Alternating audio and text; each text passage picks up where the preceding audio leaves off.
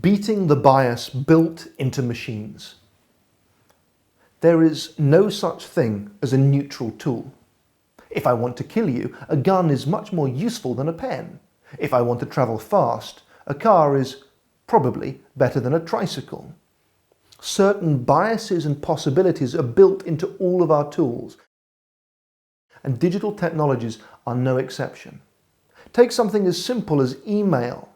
It may seem about as straightforward as software can get, but ask yourself, what does email want you to do? Or specifically, what kind of behaviors does it make easier, and which ones does it make more difficult or less likely?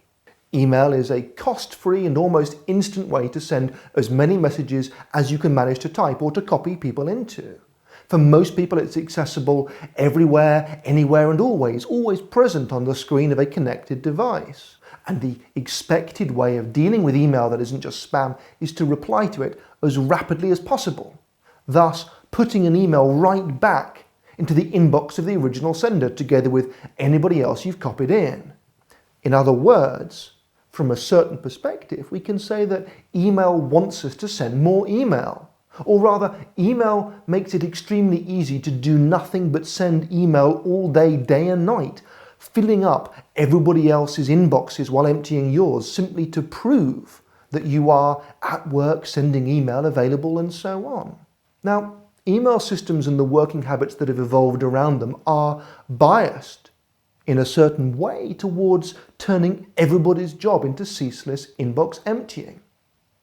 It's useful to think in these terms because if we are aware of the biases and tendencies that the systems around us embody, we become more aware of how to engage critically and push back.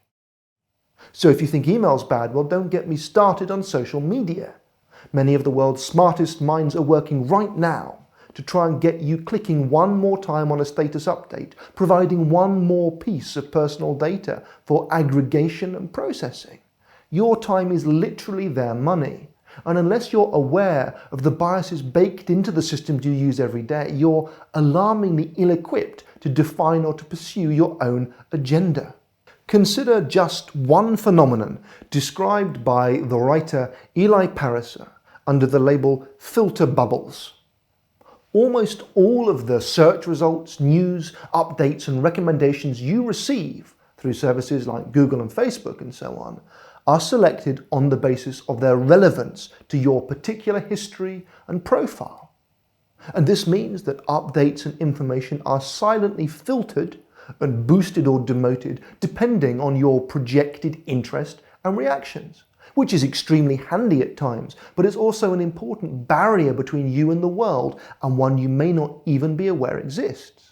And its agenda is ultimately commercial, to get you reacting, engaged, purchasing, lingering, meeting the metrics inscrutably defined by tech companies. What do you want? What do you need and care about?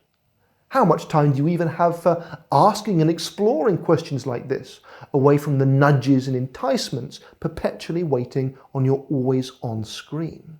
The software at our fingertips is an astonishing gift and opportunity, but like all tools, it's only this if we can use it in some knowledge of its limitations, and if we're able to set it aside at least once in a while and define what it is that we are using it for in the first place.